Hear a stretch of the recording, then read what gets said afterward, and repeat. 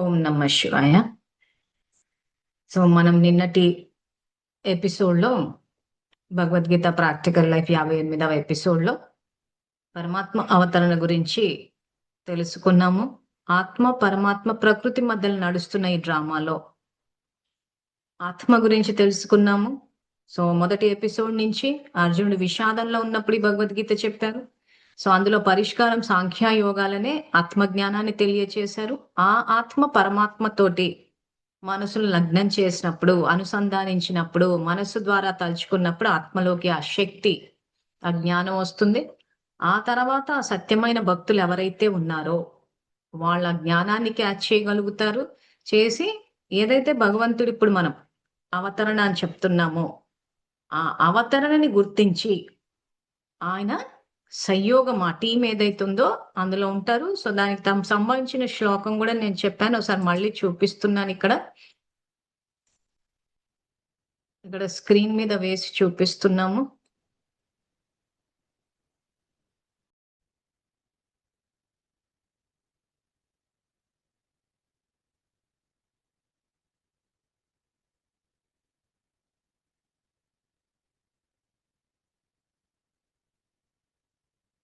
So ఇక్కడ screen మీద వేసి చూపిస్తున్నాము. ప్రభువు సాంసారిక జీవితంలో సాంసారిక కర్మలో ఉండును కాని వారిని ఎవరు గుర్తించలేరు. భగవాన్ కల్కి ధర్మస్థాపన చేసే వరకు కూడా వారిని ఎవరు గుర్తించలేరు. కానీ కొందరు భక్తులు భగవంతుని గుర్తించదరు.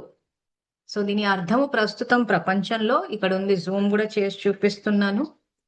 800 కోట్ల జనాభా ఉన్నారు. మరియు కల్కి గురించి తెలిసిన అతి దగ్గర భక్తులు కేవలం 3000 మాత్రమే. కేవలం 3000 మంది భక్తులు మాత్రమే భగవాన్ కల్కితో పూర్ణంగా దగ్గరగా ఉండే ఆ లాభావకాశాన్ని పొందుతారు. తర్వాత ఇక్కడ ఈ భవిష్య మాలిక అన్నది నిరాకార భగవంతుని ఆదేశం మేరకు రాశారు. సో భగవంతుడు నిరాకారుడు అన్న విషయం ఇక్కడ కూడా ఉంది. భవిష్యమాలిక పురాణంలో ఉంది, భగవద్గీతలోనూ ఉంది. ఆ తర్వాత ఆ నిరాకార భగవంతుడు ఒక వ్యక్తి కాదు, ఒక శక్తి. సంపూర్ణ సంపన్న స్థితికి చేరిన ఆత్మలు ఎవరైతున్నారో, సత్యమైన భక్తులు ఎవరైతున్నారో వాళ్ళ ద్వారా ధర్మస్థాపన కార్యాన్ని నిర్వహిస్తారు. సో అందుకే భగవద్గీతలో జనన మరణాలు లేవని చెప్పింది. ఆ తర్వాత ప్రకృతిని ఆధారంగా తీసుకుని వస్తా అని చెప్పారు. శరీరాన్ని ధరిస్తా అని చెప్పారు. సో దాని శ్లోకాలు కూడా మనం చూసుకున్నాము. ఆ తర్వాత ఇదే భవిష్యమాలిక 2వ భాగంలో కలియుగం అంతమయ్యేటప్పుడు భవిష్యమాలిక ప్రచారం అవుతుంది. కల్కి భగవానులు అవతరిస్తారు, ధర్మస్థాపన జరుగుతుంది. సో ఇప్పుడు ఎందుకు ఈ భవిష్యమాలిక బయటకు వస్తోంది?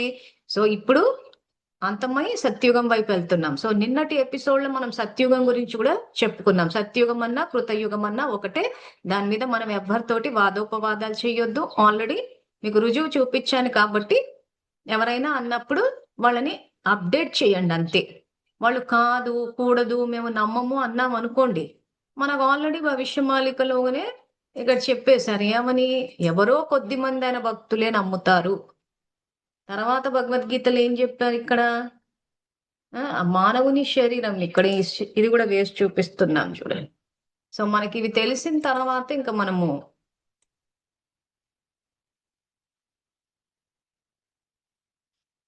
సో ఇక్కడ ఏమన్నారు, సమస్త ప్రాణికోటికి ప్రభువైన నా పరమాత్మ తెలియని మూడులు మానవ రూపంలో నన్ను మామూలు మనిషిగా భావించి అవమానిస్తున్నారు అంటాడు. సో ప్రభువునే భగవంతుణ్ణి అవమానించే అంత గొప్ప భక్తులు ఉన్నారు. సో కాబట్టి ఇంకా మనం ఆర్గ్యూ చేయడం ఎందుకు? సో మనం రుజువు చూపిస్తాం, భగవద్గీత రుజువు చూపిస్తాము.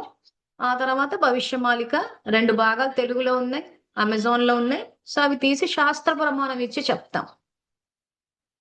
చెప్పిన తర్వాత నమ్ముతారా నమ్మరా వాళ్ళ విజ్ఞత వదిలేస్తాం. అంతకు మించి అక్కడ మన పాత్ర లేదు. సో ఇప్పుడు మనము ప్రభువుని గుర్తించాలి అంటే మీరు ఇంతవరకు వచ్చారు అని అంటే ఎక్కడో పుణ్యం చేసుకున్నారు. ఆ పుణ్యానికి ప్రతిఫలంగా ఈ రోజు విషయాలు తెలుస్తున్నాయి. సో ఇప్పుడు మనం ఎట్లా గుర్తించేది ఆ ప్రభువుని అని అంటే, ఇక్కడ మనము భగవంతుడు నిరాకారుడన్న విషయం మనకు ఇప్పుడు అర్థమైంది. సో ఇక్కడ కల్కి భగవాన్ అవతరిస్తారు, ధర్మస్థాపన జరుగుతుంది. ఆ అంతిమ సమయంలో ధర్మస్థాపన జరుగుతుందని ఎక్కడుంది? భగవద్గీత శాస్త్రంలో ఉంది. సో అక్కడ రాసి ఉందంటే జరిగి తీరుతుంది. సో అందులో మళ్ళీ భగవంతుడు అవతరిస్తాడని ఉంది. అక్కడ రాసుంది, ఇక్కడ రాసుంది. సో ఇంకా ఎవరు నమ్మినా నమ్మకపోయినా జరిగిపోతూ ఉంటది. సో అంతిమ సమయంలో 12,000 మంది భక్తులు భవిష్యమాలిక ప్రచారం చేస్తారు. 3,000 మంది కల్కి భగవాన్‌కి అతి దగ్గర భక్తులుగా ఉంటారు. సో ఇప్పుడు మనం ఏంటంటే దీన్ని ప్రచారం చేస్తూ ఉన్నాం. అంటే అక్కడ వరకు వచ్చాం 12,000 వరకు. ఇంకా 3,000 దగ్గరగా అంటే ఇంకా మనము భగవంతుడు నిరాకారుడన్న విషయాన్ని గుర్తించాలి. ఆయనకి కనెక్ట్ అవ్వాలి.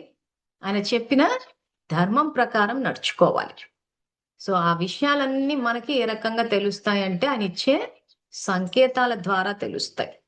సో ఆత్మ సంకేతాలని క్యాచ్ చేయాలి అని అంటే భగవంతుడికి మనస్సు ద్వారా కనెక్ట్ అయినప్పుడు ఆత్మలో ఆ రకంగా మనకు ఫ్లాష్ అవుతుంది, లేదా ఎవరి ద్వారా అన్న తెలుస్తుంది.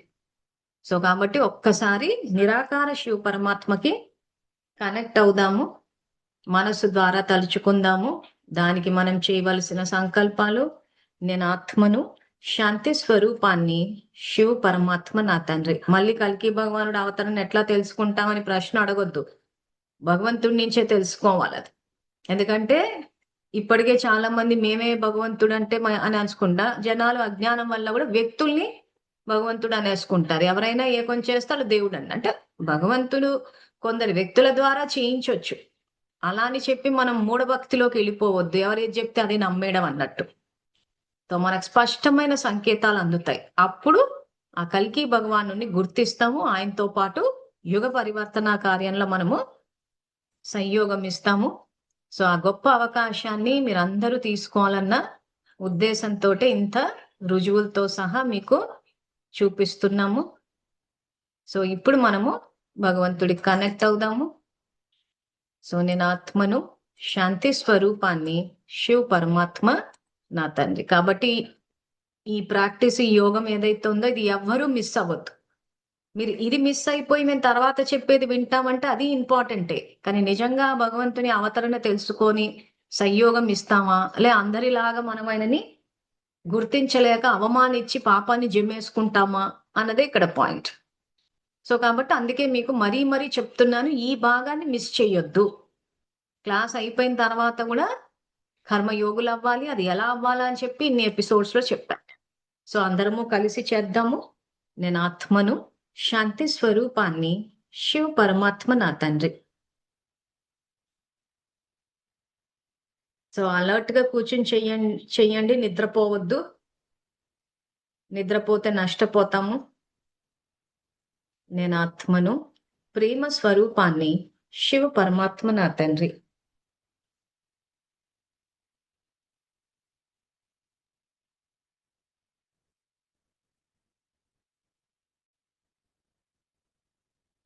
నేను ఆత్మను, పవిత్ర స్వరూపాన్ని, శివ పరమాత్మ నా తండ్రి. నేను ఆత్మను, జ్ఞాన స్వరూపాన్ని, శివ పరమాత్మ నా తండ్రి.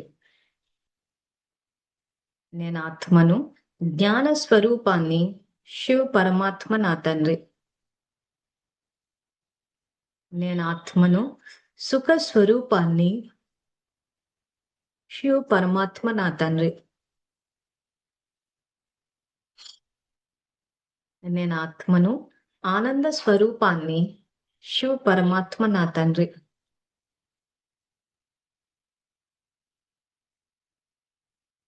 నేను ఆత్మను, శక్తి స్వరూపాన్ని, శివ పరమాత్మ నా తండ్రి. సో ఇది ఆత్మిక స్థితి. సో మీకు క్లాసుల్లో నేర్పించేటప్పుడు చిన్నప్పుడు పిల్లల్ని నడవలేనప్పుడు 3 చక్రాల బండి ఆధారంగా తీసుకుని నడుస్తారు. ఆ తర్వాత సహజంగా తమ స్వశక్తితో నడుస్తారు. ఇప్పుడు అంతే. సో మీరు ఇప్పుడే చేరారు కాబట్టి మీకు ఈ రకంగా సంకల్పాలు ఇస్తున్నాము. కానీ ఒక స్టేజ్ లో మీరు ఏంటంటే మీ స్వశక్తితోటి కనెక్ట్ అయిపోవాలి. ఇంకా పక్క నుంచి మేము సంకల్పాలు చెప్పడం అంటూ ఉండకూడదు. ఆ తర్వాత మీ అంతటా మీరు ఎలాగో ఇంతకాలం భక్తి చేశారు. సో ఇప్పుడు ఆయన అవతరణని చూడాలి మనం. ఆయనతో పాటు కలిసి సేవలు చేయాలి. సో అందరూ ఒక దగ్గరికి ఇప్పుడు ఆ చూపించిన 12,000 మంది ప్రచారం చేయడము, 3,000 మంది ఆయన సాంగత్యంలోకి వస్తారు అని అంటే ఏ నారాయణుడిని అయితే మనం పూజించామో. సో నారాయణుడు అన్న పదం ఎందుకు వాడుతున్నాను ఇక్కడ? నిరాకార శివ పరమాత్మ వ్యక్తి కాదు, ఒక శక్తి. ఆయన శక్తి ఎవరిలోకి వస్తుంది అనంటే, ఎవరైతే నా సత్యమైన భక్తులు సంపన్నంగా, సంపూర్ణంగా ఈ 2 పదాలు గుర్తుపెట్టుకోండి. ఎందుకంటే రేపటి రోజున ఆయన శరీరంలోకే ఎందుకొచ్చాడని చెప్పి అందరిలాగా మాట్లాడి అవమానించి మళ్ళీ జమ్మేసుకోవద్దు పాపం. సో, సంపన్నంగా అంటే దైవీ గుణాలతోటి సంపన్నంగా ఉంటారు. సంపూర్ణంగా అంటే ఏ బలహీనతలు ఉండదు. దీన్నే నరుడి నుండి నారాయణుడు అంటే 16 కళా సంపూర్ణులు. It's a stage of perfection. అటువంటి సత్యమైన భక్తుల శరీరాన్ని పంచతత్వాలతో చేసిన, అందుకే ప్రకృతిని ఆధారంగా తీసుకుని వస్తానన్న. సో వాళ్ళని ఇంకా అసలు విశేషత ఏంటంటే వాళ్ళ ఆజ్ఞాకారులు. మనలాగా టైం లేదు, వాళ్ళేమనుకుంటారో వీళ్ళేమనుకుంటారో, లేదా నేను ఈ విషయాన్ని వెళ్ళి చెప్తే కనీసం ఒక్కరన్నా మారతారేమో అని ఇలా, ఒక్కరు మారతారేమో, 2 మారుతా, ఇద్దరు మారతారేమో అని ఇలా మాట్లాడరు. ధర్మస్థాపన అని చెప్పి ముందుకొచ్చి విశ్వ పరివర్తన చేస్తారు. సో ఈ రకంగా ఒకరు మారుతారేమో, ఇద్దరు మారుతారేమో అని చెప్పి మాట్లాడడం అన్నది అసలు భగవంతుని ఆ టీంలోకి వచ్చేవాళ్ళు మాట్లాడకూడదు ఆ రకంగా. యుగ పరివర్తనలో భగవంతుడు మనకి గైడెన్స్ ఇస్తూ ఉంటారు. ఇంకా ఆయన ఎంత చెప్తే అంత. మళ్ళీ నాకు టైం లేదు, వాళ్ళేమనుకుంటారో వీళ్ళేమనుకుంటారో అన్న ఇంకా మాటలు పూర్తిగా తీసేయాల. నా దగ్గర సమయం అనే ఖజానా ఉన్నది. సో వాళ్ళేమనుకుంటారు వీళ్ళేమనుకుంటారు అన్న చోట శివ పరమాత్మ ఏమనుకుంటారు, నారాయణుడు ఏమనుకుంటారు, వాళ్ళ అభిప్రాయాలు మనకి ఇంపార్టెంట్ ఇప్పుడు. సో అందుకే శాస్త్రాలు రాసేటప్పుడు నారాయణుడిని పెట్టి రాశారు. ఎందుకంటే నిరాకార శివ పరమాత్మ జ్ఞానాన్ని, శక్తిని ఇస్తే చేసేది నారాయణుడు కాబట్టి ఆ నారాయణుడి అవతారాన్ని భాగవతంలో రాసేటప్పుడు కల్కి భగవానుడి కింద రాశారు. అంటే నిరాకార శివ పరమాత్మ థియరీ చెప్తే నారాయణుడు ప్రాక్టికల్లోకి ఉండి దాన్ని తీసుకొచ్చారు. ఆ తర్వాత కాలక్రమం తర్వాత సత్యుగంలో నిన్నటి మనం చూపించాం. సత్యుగంలో ఈ సత్యుగానికి పరివర్తన అవుతుంది. ఆయన సత్యమైన భక్తులు ఎక్కడ ఉంటారు, షో పుట్ ఆఫ్ అంత ఎగిరిపోతారు. ఆ తర్వాత ఆ లక్ష్మీనారాయణలు పరిపాలిస్తారు. సో వాటన్నిటికీ నిన్న మేము రుజువులు చూపించాము. అన్ని చోట్ల ఉంటది. ఈ బుక్స్ మీరు చదివితే మీకు తెలుస్తుంది. సో అమెజాన్ లో ఉన్నాయి, తీసుకుని చదవండి. చదవకుండా ఊరికే నోరు స్లిప్ అవ్వదు. మళ్ళీ ఆ బ్యాచ్ లోకి వెళ్ళిపోతారు, ప్రభువుని అవమానించే బ్యాచ్ లోకి వెళ్ళిపోతారు. ఆయన ధర్మస్థాపనకు వస్తారంటే వచ్చేసారు. నమ్ముతామా నమ్మమా అన్నది మన విజ్ఞత. గుర్తించడం ఎట్లా? ఆయన కనెక్ట్ అయ్యి. సో ఈ జ్ఞానం మేము ఏదైతే చెప్తున్నామో రైటా రాంగా అని తిరస్కరించే ముందు ఒక్కసారి తలుచుకోండి. మీరు ఎవరిని నమ్ముతారని తలుచుకోండి. ఎందుకంటే మీరు ఎవరిని తలుచుకున్నా నాకే వస్తుందని చెప్పి, ఎవరికి నిరాకారం. సో ప్రయోగం చెయ్యండి. చెయ్యకుండా, చదవకుండా, తిరస్కరించి ప్రభువుని అవమానించే బ్యాచ్ లోకి వెళ్ళిపోద్దు. దానివల్ల ఏం జరుగుతుందా పర్యవసానము అని అంటే ఒక అవకాశాన్ని కోల్పోతాం, ఆయన ఇచ్చే ప్రాప్తుల్ని కోల్పోతాం. ఇంకా ప్రభువుని అవమానించే జీవితం అసలు నన్ను అడిగితే జీవితమే కాదంటాను. ఆయన సాంగత్యంలో ఉండి ఆయన తోడు ఉంటే అదొక జీవితం. గాని అందుకే భక్తులు ఏమంటారంటే మానవ జన్మ దుర్లభము అంటారు. ఏ మానవ జన్మ దుర్లభము? ప్రభువు అవతరణని తెలుసుకునే జన్మ దుర్లభం. అంతే తప్పితే ఏదో అందరు ఎలా చెప్తారంటే భక్తి మార్గంలో ఎన్నో జంతు యోనుల నుంచి వచ్చి ఆ మానవ జన్మ తీసుకున్నారు అనేసి మళ్ళీ దాని స్థూలానికి తీసేశారు. ఏమంటే ఎన్నో జంతు జన్మలు తీసుకుని మానవ జన్మకు వచ్చారు కాబట్టి ఈ జన్మ దుర్లభము అని. అంటే ఎన్నో పాపాలు చేసి ఇప్పుడు వచ్చాము అని. కానీ నిజంగా చెప్పాలంటే పాపాలు చేసుకుంటే జంతువు జన్మలు తీసుకుంటారు, పుణ్యం చేసుకుంటే మానవ జన్మ తీసుకుంటారు అని అంటే మరి పుణ్యం చేసుకున్న మానవులు ఎందుకు దుఃఖాన్ని అనుభవిస్తున్నారు? సో ఇప్పుడు జంతువుల జన్మ మన జన్మని కంపేర్ చేసుకుని చూద్దాం. సో ఈ రోజు మానవుడికున్న పెద్ద సమస్యలు కానీ ఏముందంటే ఒకటి శారీరక రోగాలు, ఆ తర్వాత ఇల్లు కట్టుకున్నామా, పిల్లల పెళ్లిళ్ళు చేసామా, ఇంతే ఉంది. సో ఇప్పుడు ఆ జంతువులకి శారీరక రోగాలు ఉన్నాయా, లేదా ఇల్లు కట్టేది ఉందా, పిల్లల పెళ్లిళ్ళు చేసేది ఉందా?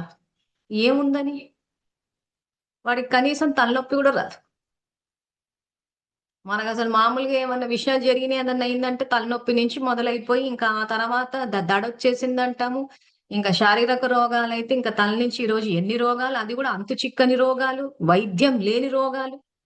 మనం అన్ని చూసాం కదా! ఇవన్నీ మరి ఎంతో పుణ్యం చేసుకుని జంతు జన్మలు చేసుకుంటే జంతు జన్మలొస్తాయి. పాపం చేస్తే పుణ్యం చేస్తే మానవ జన్మ వచ్చింది అనంటే, మరి ఎందుకు మానవుడికి ఈరోజు ఇన్ని కష్టాలున్నాయి?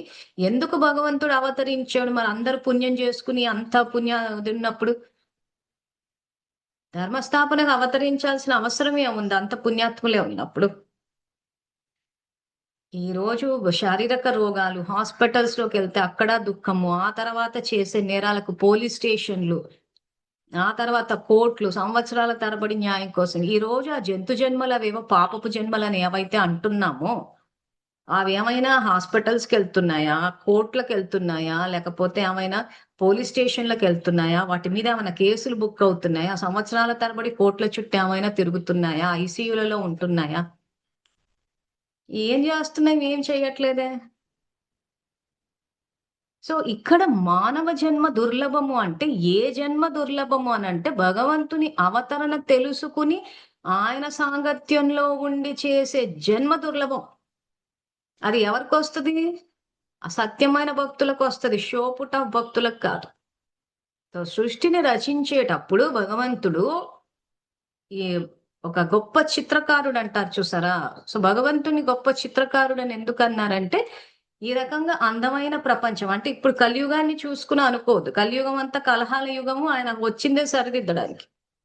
సో ఆయన సృష్టించే ప్రపంచం ఏదైతే ఆ తీసుకొచ్చే సత్యుగం ఉంటదో అక్కడ రోగాలు ఉండవు. పోలీస్ స్టేషన్లు ఉండవు. కోర్టులు ఉండవు. ఎందుకు? భగవంతుని రాజ్యాంగం ప్రకారం రాసింది. ఎక్కడుంది ఆ విషయము? శాస్త్రంలో ఉంది. నేను మళ్ళీ రాబోయే చూపిస్తాను తర్వాత. సో ఫస్ట్ ఈ టాపిక్ వినేసేయండి. సో ఆయన ప్రపంచంలో అవన్నీ ఏమీ లేవు. సో ఆ చిత్రకారుడు ఒక చిత్రాన్ని వేసేటప్పుడు ఏం చేస్తారు? ఒక ప్రకృతిని వెయ్యాలి అన్నప్పుడు ఆ చెట్లు, కొమ్మలు, ఆ తర్వాత పువ్వులు, కొండలు, సముద్రం ఒక అందమైన చిత్రం అన్ని వచ్చేటట్టు వేస్తారు. ప్రకృతితోటి, పిల్లలతోటి చేసి. అదే విధంగా భగవంతుడు ఒక చిత్రకారుడై ఈ ప్రపంచాన్ని రచించినప్పుడు అందంగానే రచించాడు. స్వధర్మంలోనే రచించాడు. ఏ రోగాలు లేవు మనుషులకి. ఎక్కడా అధర్మం లేదు. ఎక్కడ పోలీస్ స్టేషన్లు లేవు. ఎక్కడ కోర్టులు లేవు. హాస్పిటల్స్ లేవు. ధర్మం 4 పాదాల నడిచింది. సమస్య ఎక్కడొచ్చింది? ఇప్పుడు కలియుగాన్ని చూడండి. ఆయన ఓ పక్క చెప్తూ ఉంటే, ఆయన ఒకటి చెప్తుంటే మనం ఇంకోటి చేస్తున్నాం. స్వధర్మంలో ప్రవర్తించండి అనంటే, శాంతితోటి వ్యవహరించండి అంటే, ఆ శాంతితోటి వ్యవహరిస్తే పనెక్కడవుతదంటే ఎవరిని ధిక్కరిస్తున్నాము? వ్యక్తులనా? తండ్రినా? ఖచ్చితంగా తండ్రి ధర్మాన్ని ధిక్కరిస్తున్నాం. ప్రేమతో మాట్లాడితే లోకువైపోతున్నాం అంటున్నాం. నిజాయితీగా వ్యవహరిస్తే సమస్యలొస్తాయి అంటున్నారు. ధర్మాన్ని నిందిస్తున్నాం. సో ఎప్పుడైతే ఆ ధర్మాన్ని నిందిస్తామో, ఆ ధర్మం మనం వ్యతిరేక దిశలో వెళ్తది. ఎప్పుడైతే ధర్మాన్ని రక్షిస్తామో, ధర్మో రక్షతి రక్షితః అంటారు. సో మళ్ళీ మనకేంటంటే ప్రతీది క్వార్టర్ మాటలే. హాఫ్ నాలెడ్జ్ కూడా కాదు. క్వార్టర్ మాట్లాడే అలవాటు కాబట్టి ఆ ఒక వాక్యాన్ని పెట్టేసుకుని ఏదో ధర్మాన్ని రక్షిస్తే అంటే ఎవరు రక్షించాలి? రక్షించడం అంటే అక్కడ ధర్మాన్ని అనుసరించడం. ఎప్పుడైతే నేను ఆ ధర్మాన్ని అనుసరిస్తానో, ఆ ధర్మం నాకు అనుకూలంగా వెళ్తది. నేను ఎప్పుడైతే ధర్మాన్ని తిరస్కరిస్తానో, దాన్ని నిందిస్తానో, అప్పుడు అదే ధర్మం నన్ను వినాశనం చేస్తది. ఉదాహరణకి నేను గనక ఒక స్టేట్మెంట్ ఇచ్చాననుకోండి, నిజాయితీ పని చెయ్యదు. ఈరోజు నిజాయితీగా ఉంటే పనులవుతాయా? నిజాయితీగా ఉంటే కష్టాలొస్తాయి. అంటే నేను దేన్ని నిందించాను? ధర్మాన్ని నిందించాను. నిజాయితీ అన్నది దైవీ గుణము. అది ఆత్మ యొక్క స్వధర్మం. నిజాయితీ పని చెయ్యకపోవడం అంటూ ఉండదు. కలియుగమైనా నిజాయితీ పని చేస్తది. కానీ నేనిక్కడ ఏం చేశాను? స్టేట్ బ్యాంక్‌లో ఉద్యోగం చేశాను కాబట్టి, అక్కడ కొన్ని సమస్యలొచ్చాయి కాబట్టి, నేను ఆ స్టేట్మెంట్ ఇచ్చాను అనుకోండి. నిజాయితీగా ఉంటే నాకు విలువ లేదు. నిజాయితీగా లేని వాళ్ళే ముందుకెళ్తున్నారు. వాళ్ళకే ప్రమోషన్‌లొస్తున్నాయి. వాళ్ళకే పేరు, గౌరవాలొస్తున్నాయి అంటే నేను ధర్మాన్ని నిందిస్తున్నా. సో, అప్పుడు ఏమవుతది? ఖచ్చితంగా నాలో దుఃఖం వస్తుంది. నేను ఇంత నిజాయితీగా ఉన్నా నాకు గుర్తింపు లేదు. నేను ఇంత నిజాయితీగా ఉన్నా నాకు ప్రమోషన్ రాలేదు. సో, ఆ రకమైన ధర్మాన్ని నిందించినప్పుడు, ఆ ధర్మం నన్ను కాపాడాల్సిన చోట నేను సమస్యలను ఎదుర్కొంటాను. ఎందుకు నేను ఆలోచన ఏం చేశాను? నేను నిజాయితీగా ఉన్నాను కాబట్టి నాకు సమస్యలు వచ్చాయి. సో నిజాయితీగా ఉండడం, కర్మలు ఆచరించడం అయితే కర్మ యొక్క పర్యవసానాన్ని కూడా నేనే నిర్ణయించాను. ఏమని? నాకు సమస్యలు వస్తాయి అని. అంటే దాని అర్థం ఏంటి? ధర్మాన్ని నిందించాం కాబట్టి, ధర్మాన్ని తిరస్కరించాము, ధర్మం గురించి చెడుగా ప్రచారం చేశాం కాబట్టి, ఆ నిజాయితీ అన్న దైవీ గుణం వల్ల నేను ఏదైతే లాభాన్ని పొందాలనో, ప్రాప్తుల్ని పొందాలనో అవన్నీ పోతాయి. సో దీన్నే అక్కడ చెప్పేటప్పుడు మహాభారతంలో ధర్మో రక్షతి రక్షిత అన్నారు. ఆ శ్లోకం కూడా చూద్దాం మనం. ఎందుకంటే ఇంకా మనకి భగవద్గీత ప్రాక్టికల్ సిరీస్ ద్వారా సంపూర్ణ జ్ఞానం మనకు తెలిసి ఉండాలి. ఇంకా మనం క్వార్టర్ నాలెడ్జ్ నుంచి కంప్లీట్ నాలెడ్జ్కి వచ్చేసాయి. సో ఇది మహాభారతము, మనసుకొని శాస్త్రం ఉంది, ఎక్కడెక్కడ ఉందా అన్నది ఇప్పుడు మనకు అనవసరం. మనకు ప్రాక్టికల్ లైఫ్ ఇంపార్టెంట్. స్క్రీన్ మీద వేసాం చూడండి. సో ఇక్కడ ఏం రాసామంటే ఇది శ్లోకం అన్నది పూర్తి శ్లోకము. అందులో ఈ ధర్మో రక్షతి రక్షిత అన్నది ఒక భాగం, ఇదంతే. సో దాని అర్థం ఏంటి? చంపబడిన ధర్మం దానిని చంపిన వారిని చంపుతుంది, రక్షింపబడిన ధర్మం దానిని రక్షించిన వారిని రక్షిస్తుంది. కాబట్టి ధర్మాన్ని ఎప్పుడూ నాశనం చేయకూడదు, లేకపోతే నాశనమైన ధర్మం మనల్ని నాశనం చేస్తుంది. సో ఈరోజు నిజాయితీ సమాజం ఒప్పుకోవట్లేదు కదా అని చెప్పేసి మనం దాన్ని పాటించడం ఆపేసి ఇంకా మీద నుంచి దాని మీద ప్రచారాలు చేస్తూ పోతే ఏమైపోతుందంటే, ఈరోజు ఏదైతే నిజాలు చెప్పడము, నిజాయితీగా మాట్లాడడం, దానివల్ల ప్రాప్తులు ఏంటి? భగవంతుని సాంగత్యం. మనం నిజాయితీగా ఉంటే సమాజం ఒప్పుకోకపోవచ్చు, నిజాలు మాట్లాడితే సమాజం ఒప్పుకోకపోవచ్చు, కానీ భగవంతుడు ఒప్పుకుంటాడు. భగవంతుడి సాంగత్యంలోకి వస్తాం. భగవంతుడి సాంగత్యంలోకి వచ్చినప్పుడు ఏమైతుంది? మనకు పూర్తిగా దైవీ గుణాలు, జ్ఞాన భోజనం, సంకల్పాల భోజనం, ఆరోగ్యము, సంపదలు అన్నీ వచ్చేస్తాయి. సో కాబట్టి ధర్మాన్ని నిందించేటప్పుడు దాని యొక్క పర్యవసానం మీద అవగాహన లేకపోవడం వల్ల అదేదో క్యాజువల్ గా స్టేట్మెంట్లు ఇచ్చేస్తూ పోతున్నారు. కానీ ఆ ధర్మం ఇక్కడ అందుకే అంటున్నాడు ధర్మో రక్షతి. అసలు ఇప్పుడు ఇంకా శ్లోకం చదవాలనేమో నేను. ధర్మ ఏవ హతో హస్తి ధర్మో రక్షతి రక్షిత తస్మాత్ ధర్మోన హత్యమో మనో ధర్మో హతో వదీత్ అన్నారు. అంటే ఏంటి? ధర్మాన్ని ఎప్పుడు నాశనం చేయకూడదు, నిజాయితీ పనిచేయదు అంటే వినే వాళ్ళకి ఇంకా అసలు నిజాయితీ వాడొద్దేమో, అంటే నిజాయితీని వినాశనం చేసి ఇంకా ఆ దైవీ గుణాన్ని ఎవరు వాడొద్దు అంటున్నాం. సో అప్పుడు ఏమైపోతుంది? ఆ నాశనమైన ధర్మం మనల్ని నాశనం చేస్తుంది. నిజాయితీగా ఉన్నవాడు ఎందుకు దుఃఖాన్ని అనుభవిస్తున్నాడు సమాజంలో? మంచి వాళ్ళు మా కష్టాలు ఎక్కువ అంటున్నారు. ఎందుకు మంచి వాళ్ళ కష్టాలు ఎక్కువైనాయి? ధర్మాన్ని నిందిస్తున్నారు. నాకు గుర్తింపు లేదంటున్నారు, మాకు విలువ లేదంటున్నారు. ఎవరైతే అధర్మ మార్గంలో ఉన్నారో వాళ్ళు కోట్లు గడిస్తున్నారు అంటున్నారు.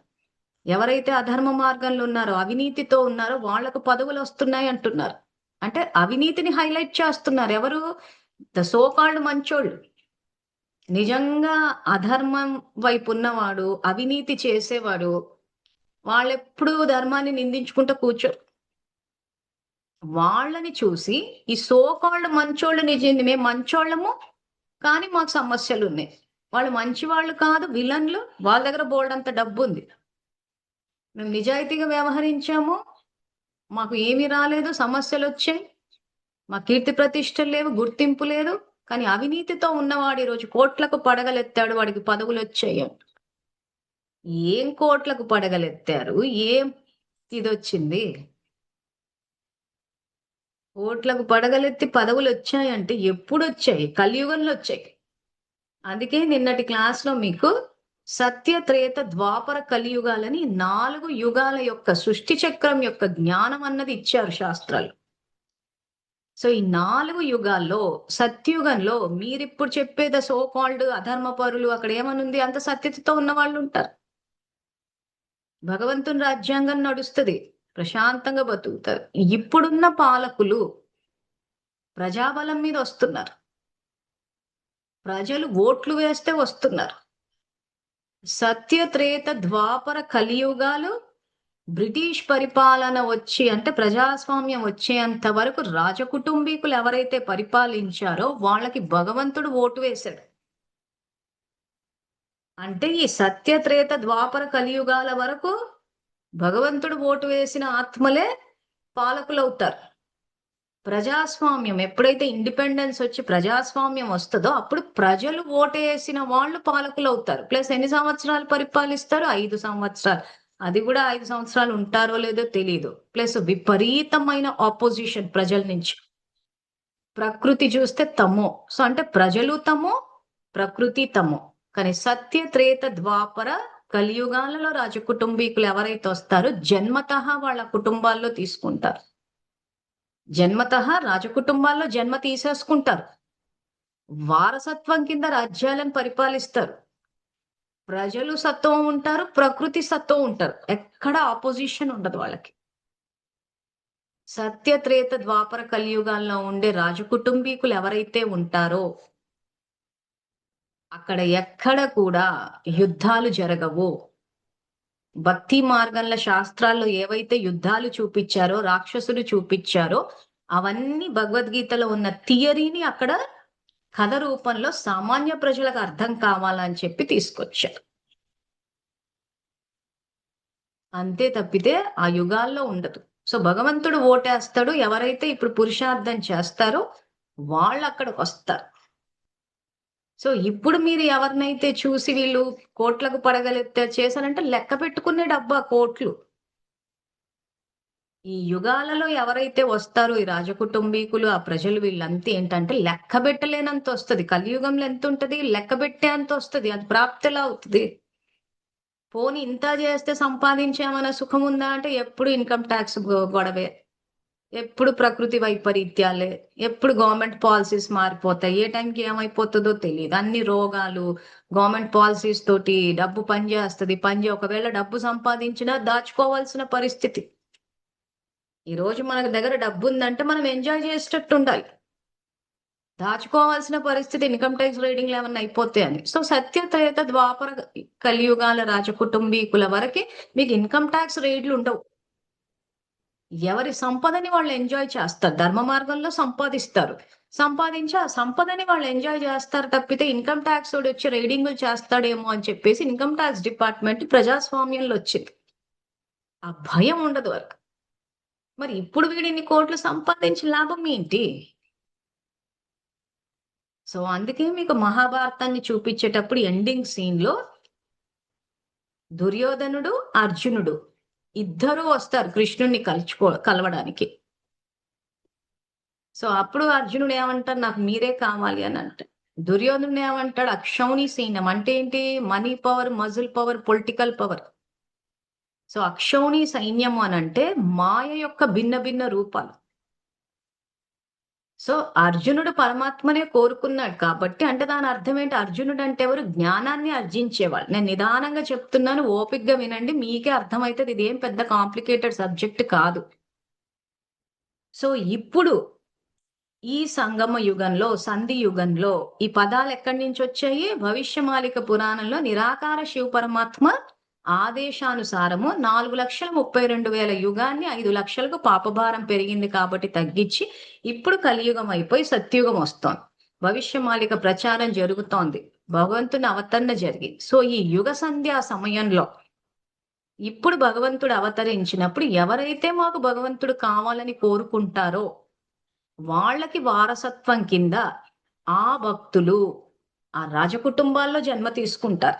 ఎందుకంటే వాళ్ళు ఇప్పుడు సేవ చేస్తారు. ఇంత యుగ పరివర్తన చెయ్యాలంటే మామూలు విషయమా? మన ఇంట్లో ఉన్న సమస్యలు పరిష్కరించుకుంటేనే గొప్ప అన్నట్టు. మన గురించి మనం పట్టించుకోవడానికే టైం లేదు అంటారు. ఎవరైనా మీ ఆరోగ్యం గురించి పట్టించుకుంటే టైం ఎక్కడుందండి అంట. పోనీ ఇలాంటి విషయాలు ఏమైనా చేద్దామా పెడదామా అంటే అయ్యో వాళ్ళేమనుకుంటారు, వీళ్ళేమనుకుంటారు. వాళ్ళు అలా ఉండదు. ఆజ్ఞాకారులు అంతే. యుగ పరివర్తన చేస్తున్నారంటే వాళ్ళకి ఎంత ఈ రోజు మామూలుగా ఏదో చిన్న చిన్న పుణ్యాలు, దాన పుణ్యాలు చేస్తేనే మనకి ఎంతో పుణ్యం వస్తుంటే ఇంకా యుగ పరివర్తనలో వాళ్ళు భాగస్వామ్యం తీసుకుంటే ఇంకెంత పుణ్యం రావాలి వాళ్ళకి. సో మరి ఆ పుణ్యానికి ప్రాప్తి ఏంటంటే రాజకుటుంబం. చిన్నప్పుడు చందమామ పుస్తకాలు చదివితే అందులో భగవంతుడి చందమామ కథల్లో ఉంటది భగవంతుడే ఆ రాజుల్ని నిర్ణయిస్తాడు అని చెప్పి. సో ఎలా నిర్ణయిస్తారు? ఇప్పుడు వాళ్ళు ఆయనకు సంయోగం ఇస్తారు.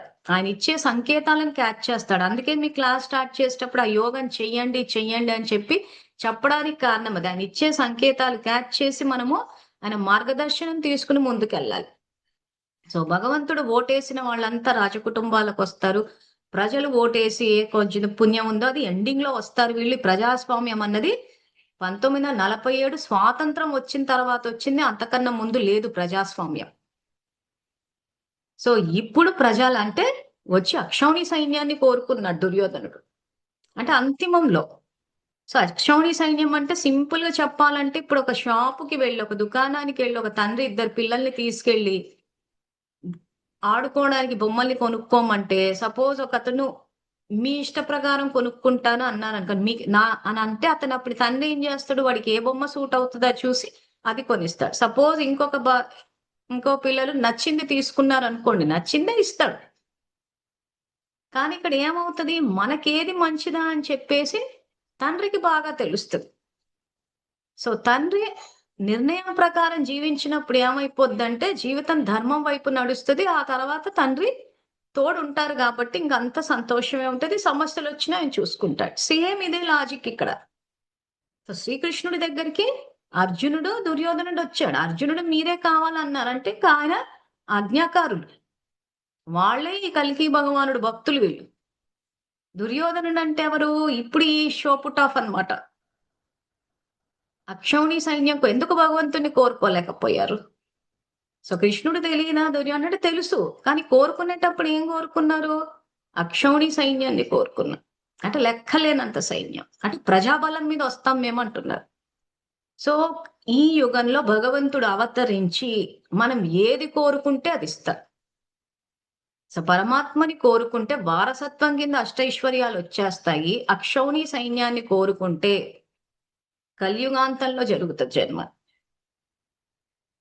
సో పరమాత్మనే కోరుకున్నప్పుడు, ఆయన ఆజ్ఞాకారులై సేవ చేసినప్పుడు ఈ యుగాలలో రాజకుటుంబాల్లోకి వస్తారు. ఆయనని కాదనుకుని ఎప్పుడైతే అక్షౌణి సైన్యాన్ని కోరుకుంటామో, ఈ ప్రజాబలం మీద వస్తామంటే ప్రజాస్వామ్యము 47 తర్వాత వస్తుంది కాబట్టి ప్రజాబలం మీద ఎవరేది కోరుకుంటే అదే వస్తుంది. లక్ష్యం ద్వారా లక్షణాలు వస్తాయి అంటారు. సో భగవంతుణ్ణి కోరుకుంటే అక్కడ వస్తారు. అలా కాకుండా ప్రజాబలం మీద వస్తామంటే ఇప్పుడు వస్తారు పాలకులు. సో ఎవరు ఏ పుణ్యం చేస్తే జన్మలు తీసుకుంటారన్న కర్మ ఫిలాసఫీ ఇది. సో మానవ జన్మ దుర్లభం అంటే ఏ జన్మ, భగవంతుని అవతరణ తెలుసుకునే జన్మ దుర్లభం. చాలా మంది తెలుసుకోకుండా అవమానిస్తారన్నమాట.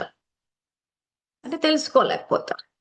సో ఇక్కడ మహాభారతం రాసినప్పుడు ఇక్కడ కృష్ణుని ఎందుకు చూపించారు అని అంటే, నిరాకార శివ పరమాత్మ ఏ వ్యక్తులనైతే ఆధారంగా తీసుకుని వస్తారో, ప్రభువు జన్మించింది మనం ఆల్రెడీ చూపించాం మీకు. నేను అవతరణ ఇస్తాను, ప్రకృతిని ఆధారంగా తీసుకుని వస్తా అంటే శివ పరమాత్మ థియరీ చెప్తే, నారాయణుడు ప్రాక్టికల్లో చేసి యుగ పరివర్తన చేస్తాడు.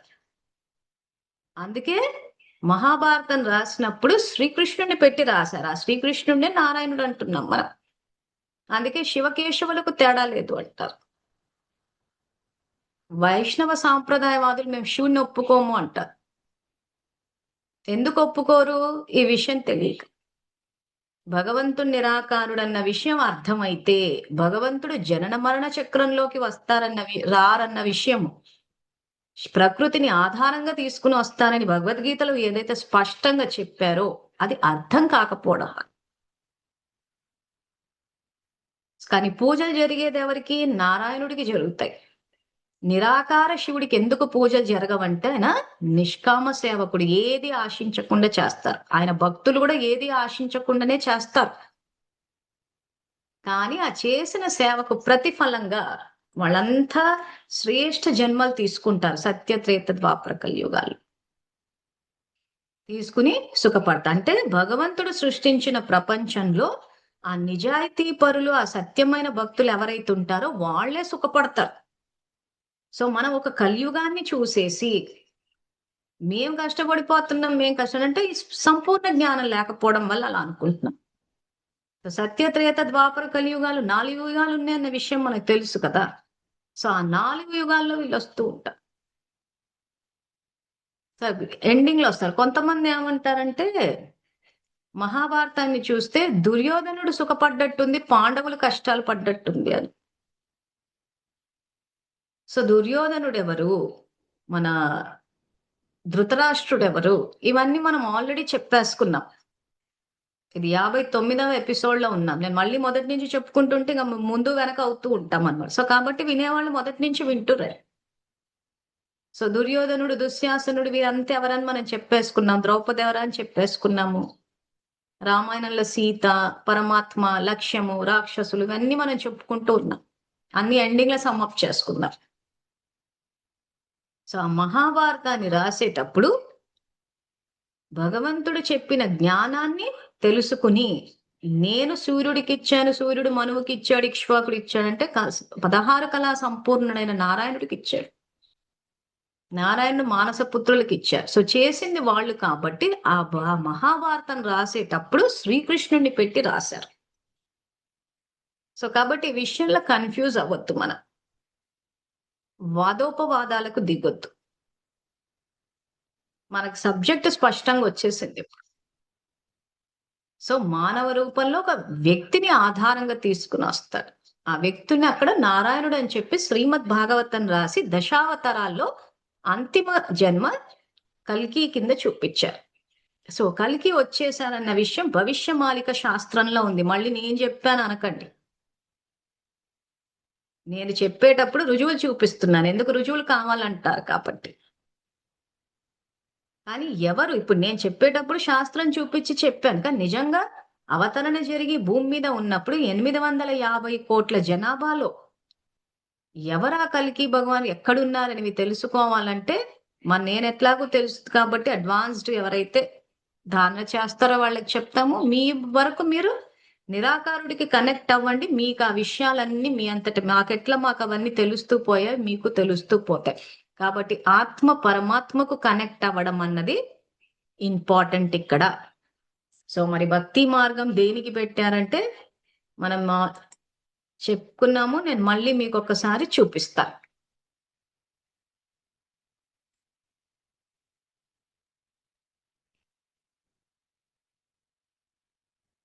సో ఇది 12వ అధ్యాయము 9వ శ్లోకము. స్థిరముగా నా యందు మనస్సును లగ్నము చేయ నీవు సమర్థుడవు కానిచో. ఇప్పుడు మనం ఏదైతే మనస్సును శివ పరమాత్మ మీద, ఈ వాక్యం ఎవరంటున్నారు? నిరాకార శివ పరమాత్మ అంటున్నారు. స్థిరముగా నా యందు మనస్సును లగ్నము చేయ నువ్వు సమర్థుడవు కానిచో భక్తి యోగమునందలి విధి విధానములను అనుసరింపుము. స్థిరంగా మనస్సుని నిరాకారుడి పైన లగ్నం చెయ్యలేకపోతే అప్పుడు భక్తి యోగం నంది విధి విధానములను అనుసరింపుము. ఈ విధముగా నన్ను పొందు కోరికను పొందడం అంటే ఏంటి? ఇక్కడ ఈ పొందడం అన్న పదం భగవద్గీతలో చాలా వస్తుంది. ఒక వస్తువు ఏదైనా మనం పొందడం అంటే ఏంటి అంటే మన సొంతము. సో భగవంతుడు మన సొంతం అయ్యారు అనుకోండి, అప్పుడు ఏం జరుగుతుంది? మామూలుగా లౌకికంలో వ్యవహారికంలో మనం ఒక మాట మాట్లాడతాం ఏమని, 6 నెలలు సహవాసం చేస్తే వారు వీరవుతారని చెప్పి. మరి లౌకికంలోనే లోనే మనము 6 నెలలు వ్యక్తులతోటి సహవాసం చేస్తే వారు వీరయ్యారంటే, భగవంతునితోటి సాంగత్యం చేస్తే, ఆయన సహవాసంలో ఉంటే ఏమవుతాము? ఆయన సమానంగా అవుతాం. ఆయనలోని శక్తి ద్వారా, ఆయనలోని తోడు ద్వారా. సో ఈ వ్యావహారికంలో ఉన్న ఈ వాక్యాన్ని గుర్తుపెట్టుకోండి. 6 నెలలు సహవాసం చేస్తే వారు వీరవుతారు. సో మన సహవాసం ఇప్పుడు భగవంతునితో ఉంటే ఆయన సమానంగా అవ్వమ్మ, ఖచ్చితంగా అవుతాం. సో అందుకే ఎవరైతే నన్ను యథార్థంగా తెలుసుకుంటారో వాళ్ళు మళ్ళీ జన్మించరు, నన్ను పొందుతారు. సో జన్మించరు అంటే దాని అర్థం ఏంటి? సో జన్మ తీసుకోకపోవడం అని అంటే వాళ్ళు ఆత్మాన్న స్థితిలోకి వస్తారు. ఇప్పుడు ఈ కల్కి భగవానుడి, నారాయణుడి కల్కి టీం ఏదైతే ఉందో వాళ్ళు భగవంతుడు నిరాకారుడు అన్న విషయాన్ని గుర్తించారు, కానీ జన్మ తీసుకున్నారు కదా. సో సబ్జెక్ట్ ని భగవంతుడి వైపు నుంచి అర్థం చేసుకుంటే ఆయన దృష్టిలో మృత్యు అన్నదే లేదు. ఆత్మ ఒక శరీరాన్ని వదిలి ఇంకో శరీరాన్ని తీసుకుందంటున్నారు. సో మరి అలాంటప్పుడు మనము ఈ పాయింట్ ని ఇక్కడ గుర్తించాలి. ఏ పాయింట్ ని? భగవంతుడు నిరాకారుడు, ఆత్మ జన్మలు తీసుకుంటుంది. ఆ తర్వాత ఆయనని పొందడము అంటే ఆయన సహవాసంలో, మన సొంతం అవ్వడం అంటే ఆయన సహవాసంలో ఉన్నప్పుడు వారు వీరైనట్టు మనము ఆయన సమానంగా అవుతాం. సో ఇప్పుడు చెప్పుకుంటూ ఈ నారాయణ దత్త ఆయన సహవాసం వల్ల ఏమైపోయారు, వారు వీరు అవ్వడం అంటే శివకేశవులకు తేడా లేదు అన్నారు. శివుడు నిరాకారుడైతే ఆయన యొక్క సాకార రూపం లింగ రూపంలో పూజలు జరుగుతాయి. సో నారాయణుడు ఆ శక్తి ద్వారా యుగ పరివర్తన చేస్తారు. సో కాబట్టి శివకేశవులకు తేడా లేదు. సో కాబట్టి వైష్ణవ సాంప్రదాయవాదులు కానీ శైవ సాంప్రదాయాలు గాని ఈ విషయం మీద మనము వాదించుకోవడం అనవసరం. సో ఇక్కడ వరకు స్పష్టత వచ్చింది అనుకుంటున్నాను. సో తర్వాత ఇక్కడ మీకు ఆ శ్లోకం కూడా చూపిస్తాను.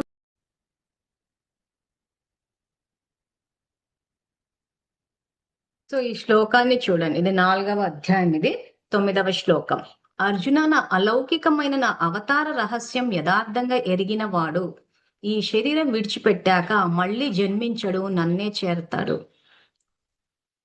అలౌకికము అంటే లౌకికమైన పద్ధతులకు పైన పద్ధతిలో అవతారం జరుగుతుంది. లౌకికమైన పద్ధతుల్లో ఏమవుతుంది, జన్మ తీసుకుంటాం ఇప్పుడున్న పద్ధతి ఫిజికల్ కాంటాక్ట్. ఇది అలౌకికమైన జన్మ అంటే ఏంటి, పంచతత్వాలతో చేసిన ప్రకృతి అంటే ఒక వ్యక్తిని ఆధారంగా తీసుకుని వస్తారు కాబట్టి అలౌకికమైన.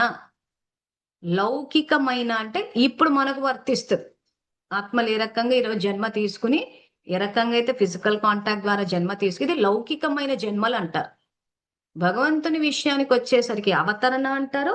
అలౌకికమైన అంటే ఈ లోకం యొక్క పద్ధతులకు పైన ఆయన శక్తి అన్నది ఆ వ్యక్తిలోకి వచ్చినప్పుడు అలౌకికమైన నా అవతార, ఇక్కడ అవతార అన్నారు, జన్మ అనలేదు, నా అవతార రహస్యము.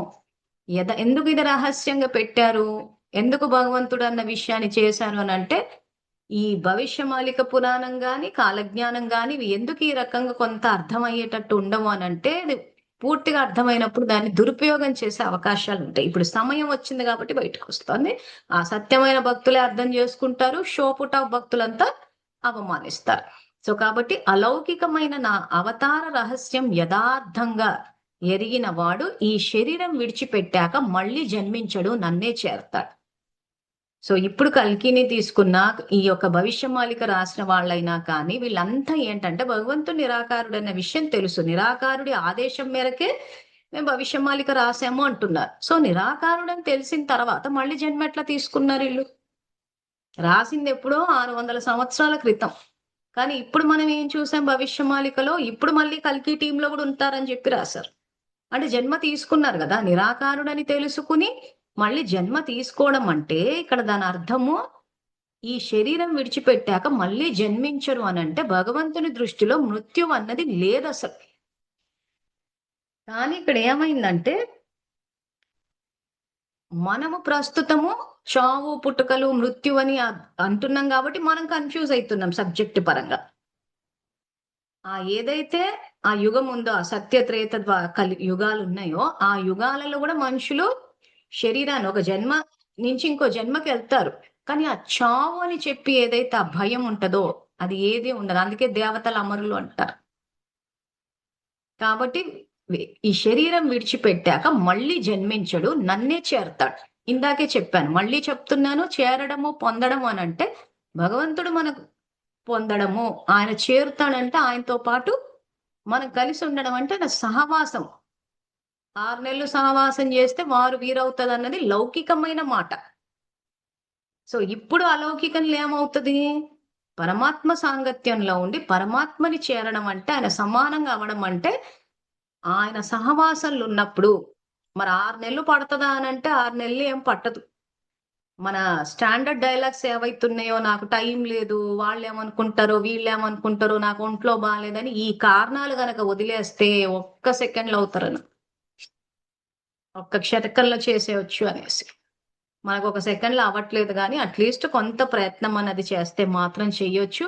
సో ఇక్కడ కూడా కన్ఫ్యూజ్ అవ్వద్దు. అలౌకికమైన అవతార రహస్యం యథార్థంగా ఎరిగిన వాడు ఈ శరీరం విడిచిపెట్టాక అంటే మళ్ళీ దీన్ని స్థూలంగా తీసేసుకుని దానికి మోక్షం అని పేరు పెట్టి, మోక్షం అంటే ఈ జనన మరణ చక్రంలోకే రాకుండా మీరు యజ్ఞాలు సాధనలు చేసుకోవాలి, తపస్సులు చేసుకోవాలి అన్నారు. సో ఇక్కడ మేము క్లారిటీ ఇస్తున్నాము, అందరూ జాగ్రత్తగా వినండి. మోక్షము అంటే మోహం క్షయం అయిపోవడము. సో యజ్ఞాలు తపస్సులు ఇవన్నీ చేయడం, యజ్ఞం అంటే ఇక్కడ జరగాలి యజ్ఞం. తపస్సు అంటే ఒక్క భగవంతుని తలుచుకోవడం. అవన్నీ చేసినప్పుడు ఏమైందంటే ఆయనని పొందుతాము. సో మోక్షము అంటే శరీరానికి వర్తింప చెయ్యొద్దు, ఆత్మకు వర్తింప చెయ్యాలి. ఆత్మలో ఉన్న మోహం క్షేమైపోవడము, జనన మరణ చక్రంలోకి రాకపోవడం కాదు. జనన మరణ చక్రంలోకి రాకూడదు అని అంటే మన నారాయణుడు వచ్చారు కదా. ఆయన భక్తులు ఎవరైతే ఉన్నారో మరి వాళ్ళంతా నిరాకరుడని తెలిసిన ఆ చక్రంలోకి వచ్చారు, కానీ సుఖపడతారు, సంతోషంగా ఉంటారు. సో ఎవరైతే పరమాత్మ అవతరణని అవమానించడము, మేము ఒప్పుకోము చెయ్యడము, తర్వాత షో పుటాఫ్, వీళ్ళే అక్కడ సమస్యను సృష్టిస్తే వాళ్ళ జన్మ కలియుగంలో జరుగుతుంది. అందుకే కలియుగంలో పాపులేషన్ పెరిగింది. మీకు సత్య త్రేతా యుగాల్లో ఎంత జనాభా ఉంటది ఏంటా అన్నది ఇవన్నీ కూడా మనము రాబోయే క్లాసుల్లో తెలుసుకుందాము. నిదానంగా ఒక్కొక్కటి ఓపిగ్గా వినండి. అనవసరంగా మాట తూలి భగవంతుని యొక్క జ్ఞానాన్ని, భగవంతుని యొక్క అవతరణి అపహాస్యం చేసి, అవమానించి, శాస్త్రాన్ని ధిక్కరించి వేరే ఖాతాలు జమ కాకూడదు. సో మీరంతా ఆ పుణ్యాన్ని సంపాదించి ఆయనని పొందాలన్న శుభకామనతోటి ఈరోజు క్లాసు సమాప్తి చేస్తున్నాను. మళ్ళీ రేపు కలుద్దాము. అంతవరకు థ్యాంక్ యూ. ఓం నమః శివాయ.